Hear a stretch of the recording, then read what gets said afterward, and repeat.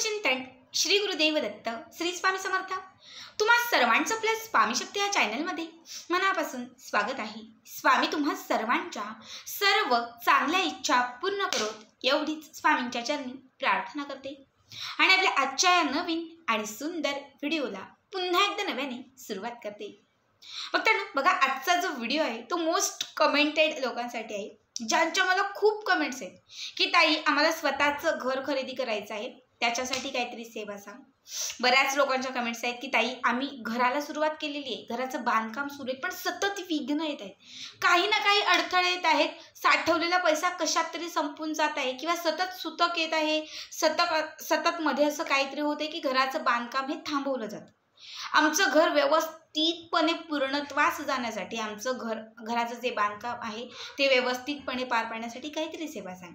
तर बघा आजच्या या व्हिडिओमध्ये मी तुम्हाला तुमची जी इच्छा किंवा तुमचं जे स्वप्न आहे घराचं, हे घराचं स्वप्न पूर्ण होण्यासाठी एक अत्यंत प्रभावी उपाय सांगणार आहे। दोन उपाय सांगणार आहे, दोघांपैकी कुठलाही एक उपाय किंवा दोनापैकी दोनही उपाय तुम्ही करू शकतात। या उपायाने 41 दिवसांच्या आत तुमची जी इच्छा अपूर्ण आहे घराची ती इच्छा पूर्ण होईल। बघा बऱ्याच वेळा तुम्ही बघत असाल, अगदी मी स्वतः बघितलेली तशी बरीच लोक की जी दिवस रात्र कष्ट करतात, त्यांचं अर्ध आयुष्य कष्ट आणि मेहनतीत गेलेलं आहे, घरातले 4-4 व्यक्ती कमावतात पण अजूनही भाड्याच्या घरात राहत आहेत। म्हणजे स्वतःची एक इच्छा आहे, स्वतःचं एक स्वप्न आहे की आपलं एक स्वतःचं घर असावं, जे प्रत्येकाचं असतं। आपण कष्ट कमावतो कशासाठी? आपलं घर व्हावं म्हणून। असं प्रत्येकाला वाटतं की आपल्या हक्काचं एक घर असावं, पण बरीच कमाई असून, बरेच मेहनत करून, बरेच कष्ट करूनही हे स्वप्न पूर्ण होत नाही, कारण नशीब साथ देत नाही। फरक काय आहे तर नशिबाचा। पण बरीच लोक अशीही असतात जी खूप कमी कमावतात, खूप कमी, पण त्यांचं नशीब त्यांच्यासाठी स्ट्रॉंग असतं किंवा त्यांचं नशीब त्यांना साथ देत असतं, ज्यामुळे त्यांची कितीही कठीण असणारी एखादी इच्छा असेल ना ती पटकन पूर्ण होते, कारण त्याचं नशीब त्यांच्यासोबत असतं।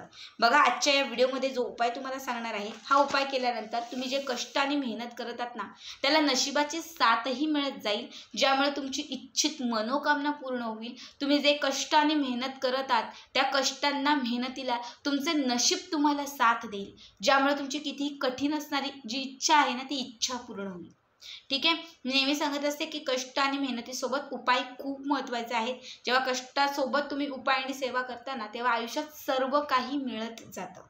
आत्ता जो उपाय सांगणार आहे हा उपाय केल्यानंतर तुम्हाला जर गाडी घ्यायची असेल तर तुमचं गाडीचंही स्वप्न पूर्ण होईल, तुम्हाला एखादा फ्लॅट खरेदी करायचं असेल तर ते फ्लॅटचं स्वप्न पूर्ण होईल, तुम्हाला घराचं बांधकाम सुरू करायचं असेल तर ती इच्छा पूर्ण होईल। सगळं मनासारखं घडेल या उपायाने। बघा दोघांपैकी कुठलाही एक उपाय करायचा आहे, पण तो मनापासून आणि पूर्ण श्रद्धेने करायचा आहे। जो उपाय तुम्हाला सांगणार आहे तो मी बऱ्याच लोकांना खरं तर सांगितलेला आहे आणि ज्यांनाही सांगितलेला आहे त्यांचा पूर्ण पॉझिटिव्ह रिझल्ट आहे आणि त्याच्यानंतर आज सगळ्यांसोबत मी हा उपाय शेअर करणार आहे। बघा आता काय उपाय आहे, कसा करायचं आहे, हे सगळं शेवटपर्यंत व्यवस्थित ऐकण्यासाठी आपला आजचा व्हिडिओ स्किप न करता शेवटपर्यंत बघा आणि जे चॅनलवरती नवीन असतील त्यांनी लगेचच आपल्या चॅनलला सबस्क्राईब करा, कारण तुम्ही आपल्या चॅनल सबस्क्राईब केल्यामुळे मी पुढचे जे काही व्हिडिओ बनवेन ते सर्वात आधी तुम्हा सर्वांपर्यंत पोहोचतील।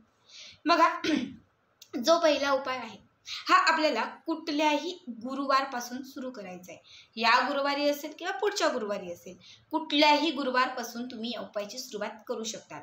सगळ्यात पहिले गुरुवारी सकाळी, जर सकाळी करणार असाल तर 8च्या आतमध्ये, सकाळी 8च्या आत, आणि जर सायंकाळी करणार असाल तर 4च्या पुढे 7च्या मध्ये, 4 ते 7च्या मध्ये तुम्हाला हा उपाय करायचा आहे। यासाठी तुम्हाला काय करायचं आहे तर 3 पोळ्या आपल्या घरात भाजायच्या, म्हणजे जे गव्हाचं पीठ असतं या गव्हाच्या पिठाच्या 3 पोळ्या बनवायच्या आहेत। ठीक आहे, 3 पोळ्या बनवून झाल्या की त्याच्यावरती थोडंसं तूप घालायचं आहे।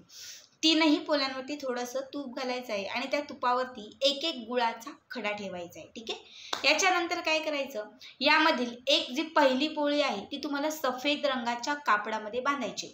सफेद रंगाचं असं एक कापड घ्यायचं, त्याच्यामध्ये ही जी पोळी आपण घेतलेली भाजलेली आहे ही पोळी तुम्हाला त्याच्यावरती ठेवायची आहे। याच्यावरती तूप घालून थोडं गुळाचा तुकडा घालायचा आहे। त्याच्यानंतर ही जी पोळी आहे ह्या कापडाला अशी घट्ट गाठ मारायची आहे आणि ही पहिली पोळी जी आहे ती आपल्या घराच्या चौकटीला लावायची आहे। आपलं जे घर आहे, घराच्या आतमधील जो आपला मुख्य प्रवेशद्वार असेल, ह्या मुख्य प्रवेशद्वाराला ही पहिली पोळी जी आहे ती तुम्हाला लावून द्यायची आहे। त्याच्यानंतर जी दुसरी पोळी आहे ही दुसरी पोळी तुम्हाला तुमच्या घराच्या आजूबाजूला कुठेही गोमाता असेल तर त्या गोमातेला खाऊ घालायची आहे. दोनही हातांमध्ये ती पोळी पकडायची, वरती थोडं तूप आणि गुळाचा तुकडा घेऊन गोमातेच्या जवळ जायचं आणि तिला ते खाऊ घालायचं. आता खूप प्रयत्न करूनही जर गोमाता नसेल, म्हणजे गाय माता तुमच्या आजूबाजूला कुठे नसेल, तर मग अशा वेळेस तुम्ही ही जी पोळी आहे ती कुत्र्याला किंवा एखाद्या पशुपक्ष्यांना खाऊ घातला तरीही चालेल.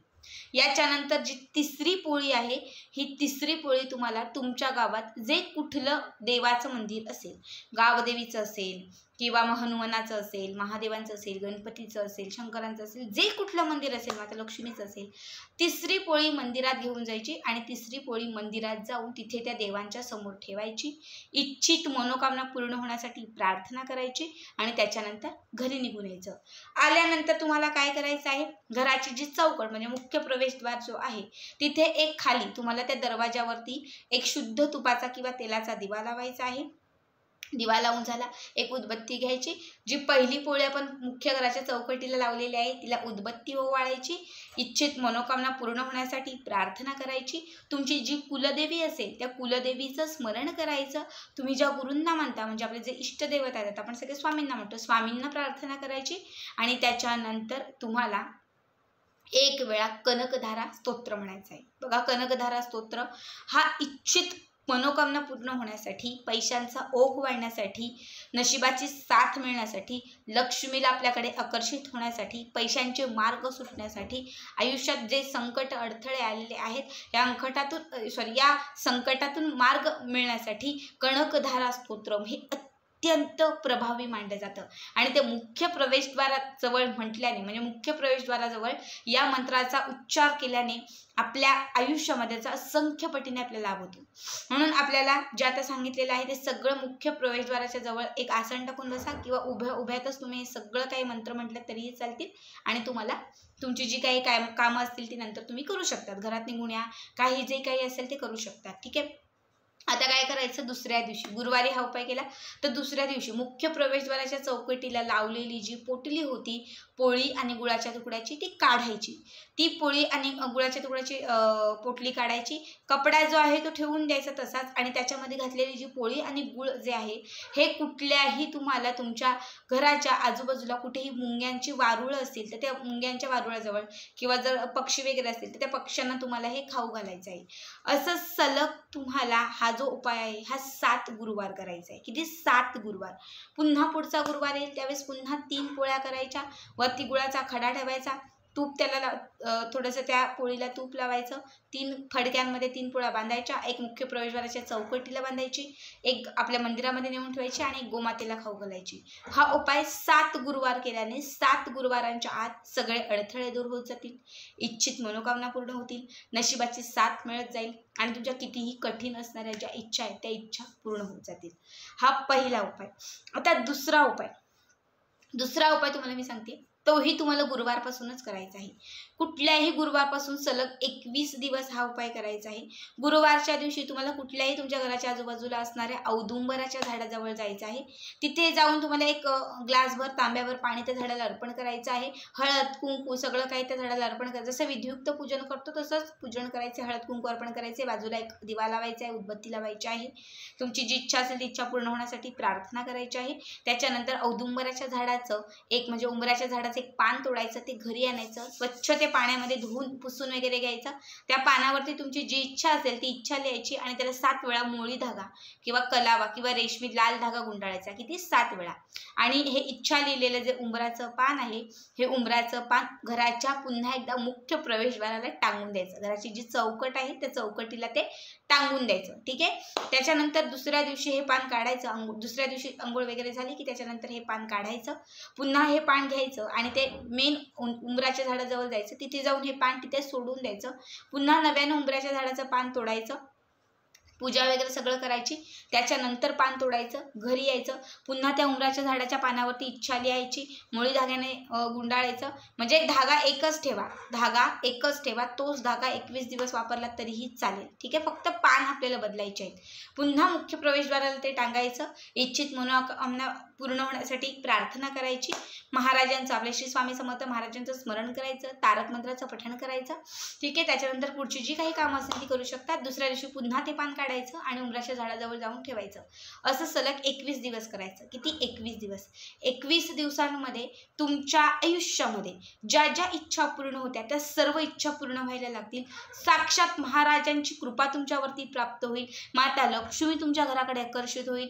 आपले जे दत्त महाराज आहेत ते दत्त महाराज तुम्हाला आशीर्वाद देतील. सगळ्यांनाच माहिती असेल की औदुंबराचं झाड ज्यामध्ये दैवी शक्तीचा वास असतो, माता लक्ष्मी, दत्तगुरु, नृसिंह, सरस्वती, श्री स्वामी समर्थ, हा सगळ्याच देवांचा वास त्या झाडामध्ये असतो. जेव्हा गुरुवारच्या दिवशी तुम्ही या झाडाचा उपाय कराल किंवा गुरुवारच्या दिवसापासून जेव्हा ह्या झाडाची तुम्ही उपाय करायला सुरुवात कराल तेव्हा त्या सर्व दैवी शक्तींचा वास तुमच्या घरामध्ये येईल, ज्यामुळे तुमची इच्छित मनोकामना पूर्ण होईल, आडलेलं काम मार्गी लागेल आणि तुमची कितीही कठीण असणारी एखादी इच्छा असेल तर ती इच्छा पूर्ण होईल. हा उपाय अत्यंत प्रभावी आहे. दोनही उपाय खरं तर कारगर आहेत, विशेष महत्त्वाचे आहेत. ज्यांच्याही आयुष्यामध्ये गाडी बंगला यांसारख्या काही इच्छा पूर्ण असतील तर त्यांनी या उपायाला सुरुवात आवर्जून करा.